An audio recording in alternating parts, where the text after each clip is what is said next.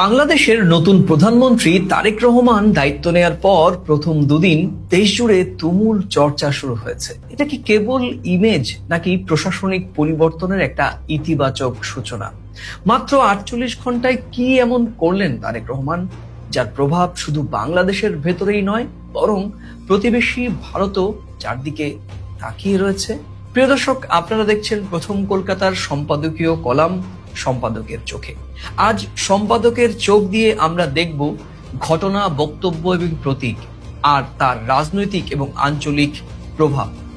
বাংলাদেশের নতুন প্রধানমন্ত্রী ৪৮ ঘন্টায় এমন কি বললেন যার প্রভাব ভারতেও পড়তে শুরু করেছে। চলুন তাহলে আজকের সম্পাদকের চোখের বিশ্লেষণ শুরু করা যাক। So what does Tariq Rahman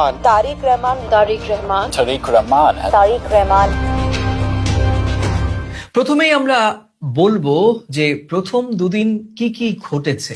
যেমন দায়িত্ব নেয়ার পর জাতির উদ্দেশ্যে সংক্ষিপ্ত কিন্তু দৃঢ় ভাষণ দিয়েছেন প্রধানমন্ত্রী তারেক রহমান।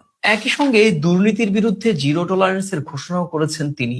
দখল, চাঁদাবাজি এবং বাজার সিন্ডিকেট ভাঙার অঙ্গীকার শোনা গিয়েছে তার কণ্ঠে। সচিবালয়ে নির্ধারিত সময়ের আগেই তার উপস্থিতি গোটা বাংলাদেশে এক ইতিবাচক বার্তা ছড়িয়ে দিয়েছে। আর প্রটোকল কমিয়ে ঢাকার যানজটের মধ্যে চলাচল নিঃসন্দেহে একটি হিমালয় সম দৃষ্টান্ত স্থাপন করেছেন প্রধানমন্ত্রী তারেক রহমান।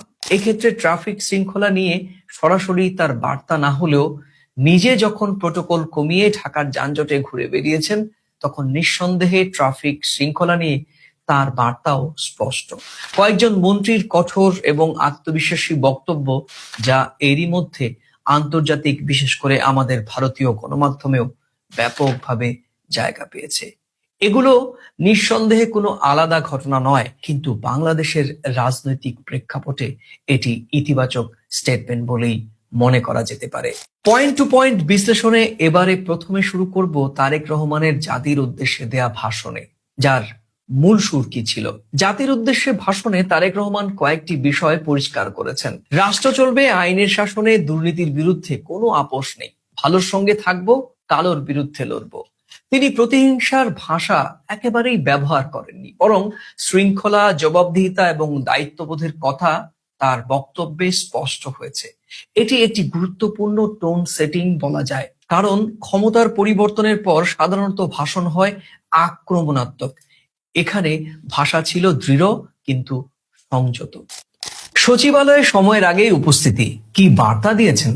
দায়িত্ব নেওয়ার পরপর দুদিনই তিনি নির্ধারিত সময়ের আগেই সচিবালয়ে উপস্থিত হয়েছেন। আর এটি প্রশাসনের জন্য স্পষ্ট সংকেত যে কাজের গতি বাড়াতে হবে, সময়নিষ্ঠতা মানতে হবে, আমলাতন্ত্রকে নতুন ছন্দে চলতে হবে। বাংলাদেশের প্রশাসনিক শৈথল্য নিয়ে অভিযোগ নতুন নয়। এই উপস্থিতি সেই জায়গাতেই প্রথম দিনই আঘাত মেরেছে। বাংলাদেশের প্রধানমন্ত্রী তারেক রহমানের প্রটোকল কমিয়ে ঢাকার যানজটের মধ্যে চলাফেরা এ এক হিমালয় সম দৃষ্টান্ত। ঢাকা বিশ্বের অন্যতম যানজটপূর্ণ শহর হিসেবে বহু আন্তর্জাতিক রিপোর্টেই উঠে এসেছে। এমন শহরে প্রধানমন্ত্রী নিজে যদি প্রটোকল কমিয়ে চলেন, এটা কেবল শুধুমাত্র সাহসী কোনো পদক্ষেপই নয়, বরং এটি একটি রাজনৈতিক গভীর বার্তাও। তার এই উদ্যোগে বার্তা দিয়েছে শুধু পুলিশ দিয়ে হবে না, নাগরিকদেরও দায়িত্ব নিতে হবে। এটি প্রশাসনিক নির্দেশ নয়, সামাজিক চুক্তির আহ্বানও। আর অবশ্যই বলতে হবে তারেক রহমানের মন্ত্রী পরিষদের কয়েকজন মন্ত্রীর দৃঢ় চেতা বক্তব্য। প্রথম দুদিনেই কয়েকজন মন্ত্রী স্পষ্ট ভাষায় বলেছেন দখলদারদের ছাড় দেয়া হবে না, সিন্ডিকেটের বিরুদ্ধে কঠোর ব্যবস্থা নেওয়া হবে, আইন শৃঙ্খলা ভাঙলে রাজনৈতিক পরিচয় বিবেচ্য থাকবে না। এই বার্তা মাঠ প্রশাসনের জন্য অত্যন্ত গুরুত্বপূর্ণ, কারণ রাজনৈতিক ছায়া থাকলে আইনের প্রয়োগ ক্রমশ দুর্বল হয়ে পড়বে। আর এখানেই প্রশ্ন আসে, নতুন সরকারের এই পদক্ষেপগুলো কেন প্রয়োজন ছিল?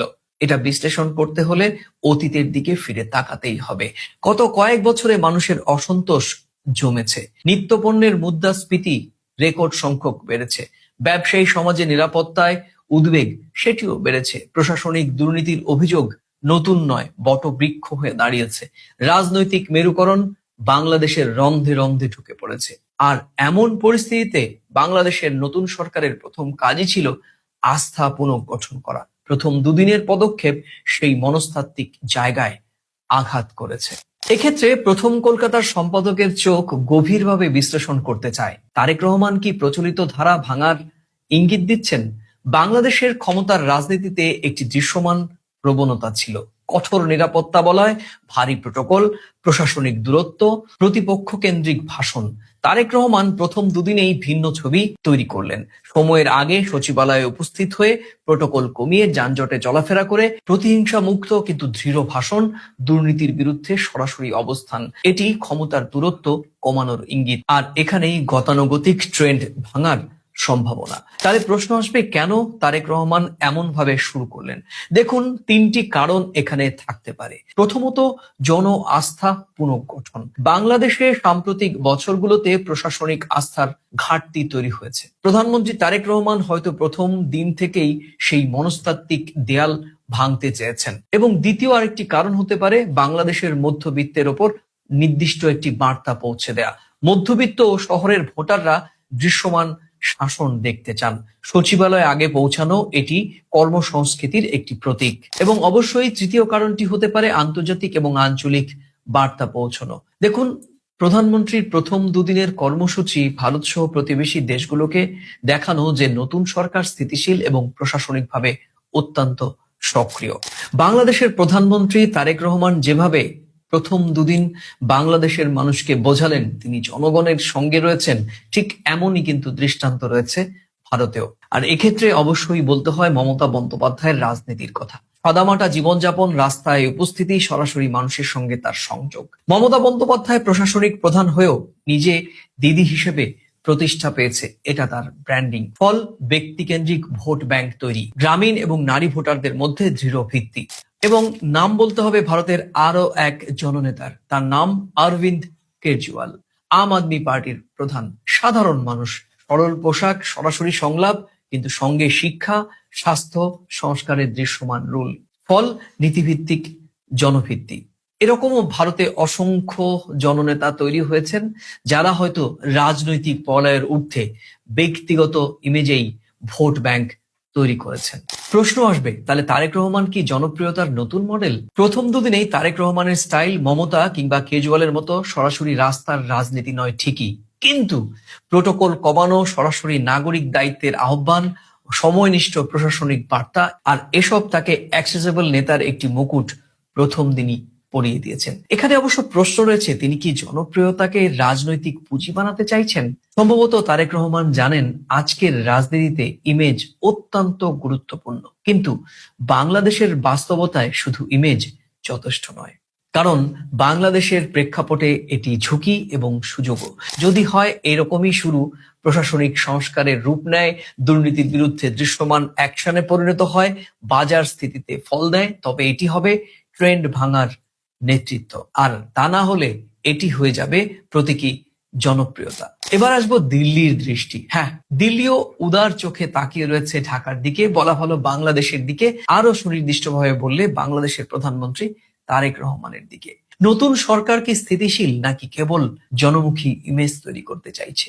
বাংলাদেশে যদি জনপ্রিয়তা ভিত্তি স্থিতিশীল নেতৃত্ব তৈরি হয়, তবে দিল্লির জন্য কূটনৈতিক হিসেব অনেকটাই সহজ হবে। অন্যদিকে অস্থিরতা বাড়লে সীমান্ত ও বাণিজ্য নেতিবাচক প্রভাব পড়বে। এবার আসবো সম্পাদকের চোখে, সম্পাদকের বিশ্লেষণের মূল প্রসঙ্গে। তারেক রহমান প্রথম দুদিন একটি নতুন রাজনৈতিক ভাষা তৈরি করেছেন, তবে এটা কি অতীতের ধারা ভাঙার চেষ্টা, নাকি জনপ্রিয়তা ভিত্তি রাজনীতির সূচনা, নাকি এই দুয়েরই মিশ্রণ? সম্ভবত এই তৃতীয়টি সত্যি। তিনি বুঝেছেন মানুষের কাছে গেলে রাজনীতি টেকে না, আর দৃশ্যমান ফল না দিলে জনপ্রিয়তাও টিকবে না। ভোরের সূর্য সুন্দর, কিন্তু দিনের আলো টিকিয়ে রাখতে গেলে লাগে ভিত্তি। প্রধানমন্ত্রী তারেক রহমান কি ইতিহাসের ধারা বদলাতে পারবেন, নাকি জনপ্রিয়তার পথেই হাঁটবেন? উত্তর সময় দেবে। আজ এ পর্যন্তই। আবার দেখা হবে নতুন কোনো বিষয়ে প্রথম কলকাতার সম্পাদকের চোখ নিয়ে। ততক্ষণ ভালো থাকুন, সুস্থ থাকুন, সবাই নিরাপদে থাকুন। আর এই বিশ্লেষণের কোন অংশের সঙ্গে আপনি সহমত, কোন অংশের সঙ্গে আপনি ভিন্নমত, মন্তব্যের কলামে লিখে জানাতে ভুলবেন না। ভিডিওটি ভালো লাগলে নিজেদের মাঝে শেয়ার করে ছড়িয়ে দেবেন। আর আজ এই চ্যানেলে প্রথম এলে পুরনো ভিডিও দেখে চ্যানেলটি ভালো লাগলে লাইক বা সাবস্ক্রাইব করতে পারেন। তাহলে এই পর্যন্তই, আবার দেখা হবে। নমস্কার।